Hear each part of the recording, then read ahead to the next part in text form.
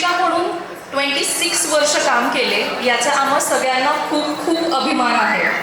ज्ञानाचा प्रकाश देण्यात दिवा अखंड तो जळतो. ज्ञानाचा प्रकाश देण्यात दिवा अखंड तो जळतो. जीवनाचा खरा अर्थ शिक्षकांमुळेच कळतो. आज तिच्या रिटायरमेंट प्रोग्राममध्ये आम्हाला फार आनंद होतो, कारण तिला आता आमच्यासाठी खूप वेळ असेल.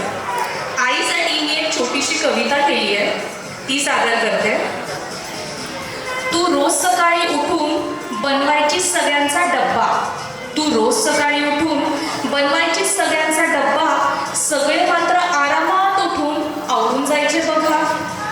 घर, शाळा, प्रवास, स्वयंपाक सगळं अगदी उत्तम सांभाळलं. घर, शाळा, प्रवास, स्वयंपाक सगळं अगदी उत्तम सांभाळलंस. एवढं सोपं नव्हतं ते, आज मला जाऊन कळालं. तुझा तो राग नव्हताच मुळी, त्यात होतं प्रेम. तुझा तो राग नव्हताच मुळी, त्यात होतं प्रेम. आई झाल्यावर तुझ्यासारखंच होतंय मला सेम. खूप केलेस कष्ट, खूप केलास प्रवास. खूप केलेस कष्ट, खूप केलास प्रवास. आता तरी आम्हाला बघायला मिळेल का सगळ्यात आधी तू जेवताना एक घास.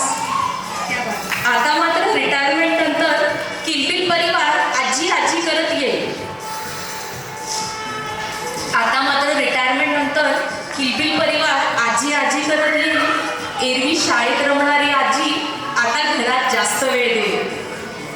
घरच्यांना झाला आहे आनंद, पण मैत्रिणींना थोडं दुःख.